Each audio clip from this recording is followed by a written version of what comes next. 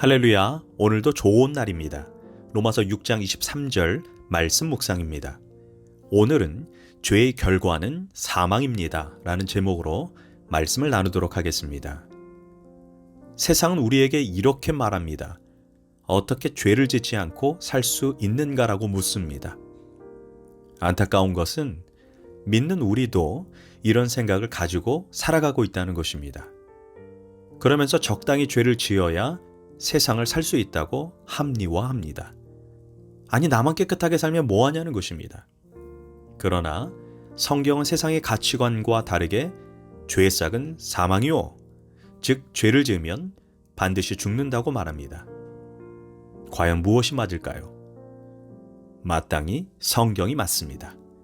예수님은 우리에게 죄 안 짓고 살 수 없는 세상에서 좁은 문으로 들어가라 라고 우리에게 말씀하고 있습니다.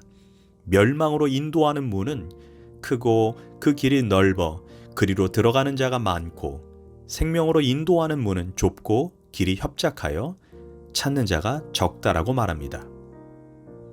그런데 인생을 살면서 깨닫게 되는 것은 생명으로 인도하는 문은 그 입구만 좁다는 것입니다. 반대로 멸망으로 인도하는 길도 그 입구만 넓습니다.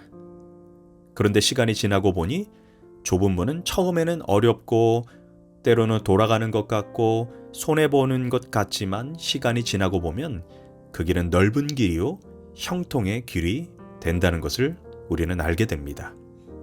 반대로 넓은 문은 처음에는 넓고 빠른 길처럼 보이나 나중에는 갈수록 좁아지면서 나중에는 꽉 막히게 됩니다. 그래서 결단해야 합니다. 세상 사람들이 다 이렇게 살아도 나는 하나님의 말씀대로 살리라. 힘들어도 넘어져도 말씀을 붙잡으리라. 이런 결단으로 살면 나중에는 점점 좋아지고 복된 길이 열립니다. 그래서 아무리 당장 내게 이득이 되고 축복이 되고 좋아 보여도 죄라면 결코 타협하지 말아야 합니다. 그렇다면 죄의 특징은 무엇일까요? 우리 4가지 정도 한번 살펴보겠습니다. 첫째, 죄는 하나님과 단절시킵니다. 하나님은 생명의 근원이시며 우리 인생에 복을 주시는 분이십니다. 그래서 우리는 형통한 삶을 누리려면 반드시 생명의 근원 되신 하나님과 연결되어 있어야 합니다.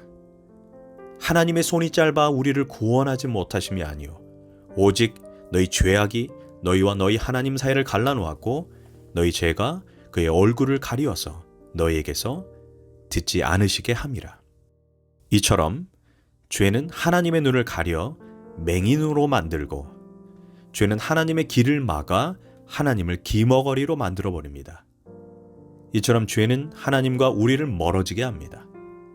아담과 하와가 죄를 지은 다음 가장 먼저 한 일이 하나님을 피해 숨는 일이었습니다. 하나님과 관계가 나빠졌습니다. 죄를 짓기 전에는 하나님과 사이가 좋았습니다. 그런데 죄를 짓자 그 사이가 나빠지고 두려워진 것입니다. 이처럼 죄는 하나님과 관계를 단절시키고 복의 근원과 관계를 단절시킨다는 것입니다. 둘째, 죄는 사람과의 관계를 단절시킵니다. 아담과 하와가 선악과를 먹은 뒤에 하나님은 아담에게 왜 너는 내가 금지한 선악과를 먹었느냐고 묻자 아담은 회개하기는커녕 핑계를 대며 하나님이 주신 하와가 나에게 선악과를 주어서 먹게 되었다라고 말합니다. 이 말 속에는 아담이 하와는 물론이요, 은근히 하나님께도 책임을 전가하고 있는 것입니다. 하나님, 왜 쓸데없이 하와를 만들어 주셔서 그 여자 때문에 선악과를 따먹게 하셨냐는 것입니다. 그런데 한번 살펴보면 처음에는 아담이 어떻게 얘기했습니까? 이는 뼈 중에 뼈요 살 중에 살이라고 말하면서 하와를 사랑하고 좋아했었습니다. 그러나 이제는 하와를 탓합니다. 하와 역시 얼마나 기분이 나빴겠습니까? 이처럼 죄는 인간관계를 파괴하고 단절시킵니다. 셋째, 죄의 결과는 수치입니다. 그것도 치명적인 수치입니다. 죄를 가지고 하나님 나라에 들어갈 수 없습니다. 하나님은 빛이십니다. 그 앞에서는 모든 것이 다 드러납니다. 그런 예수님이 심판의 주로 재림하실 때 죄를 씻지 못한 사람들, 죄를 해결하지 못한 사람들은 그 빛 앞에 견딜 수가 없습니다. 모든 것이 백주에 다 혼이 드러나게 될 때 우리는 그 빛 앞에서 엄청난 수치를 느낄 것입니다. 그때 광경을 누가복음 23장에서 이렇게 말합니다. 그때 사람들이 산에다 대고 우리 위에 무너져 내리리라 하며 언덕에다 대고 우리를 덮어 버려라 하고 말하리라. 즉 그때 만천하에 우리가 남몰래 지었던 모든 죄들, 나만 알고 있는 죄악들이 훤히 드러나게 될 것입니다. 그때 사람들은 자신의 수치를 가릴 수만 있다면 자기 위에 산이 무너지든 언덕이 우리 위에 덮쳐 죽어도 좋다는 것입니다. 그만큼 죄는 수치스러운 것입니다. 마지막으로 죄의 결과는 고통입니다. 범죄 후에 남자는 이마에 땀을 흘려야 했고 여자는 해산하는 고통이 더해지게 되었습니다. 어떤 엄마가 아들이 둘이 있는데 셋째를 낳기 위해 분만실로 들어갔다고 합니다. 그 전까지 하나님 정말 이번에는 꼭 딸 주세요라고 기도했다고 합니다. 그런데 막상 진통이 오기 시작하자 아이고 하나님 그냥 아들을 주세요 라고 말했다고 합니다. 그래서인지 결국 셋째도 아들을 낳았습니다. 나중에 옆에 있던 남편이 물었다고 합니다. 아니 그렇게 딸을 원했던 사람이 왜 마지막에 왜 아들을 주세요라고 했냐고 물으니 아내가 이렇게 답했다고 합니다. 자기가 딸을 낳으면 그 딸도 나와 똑같이 이런 고통을 겪을 것을 생각하니 감히 하나님께 딸을 달라고 말하지 못했다는 것입니다. 이처럼 해산의 고통은 어마어마한 것입니다. 요즘 우스갯소리로 이렇게 말하는 사람이 있다고 합니다. 기계가 하도 발달해서 남자들은 일할 때 땀을 흘리지 않고 여자들에게도 무통분만이 생겨서 이제는 죄의 결과인 고통의 문제가 해결되었다라고 말한다고 합니다. 그러나 아무리 과학이 발달해도 인간의 내면의 고통의 문제가 다 사라진 것은 아닙니다.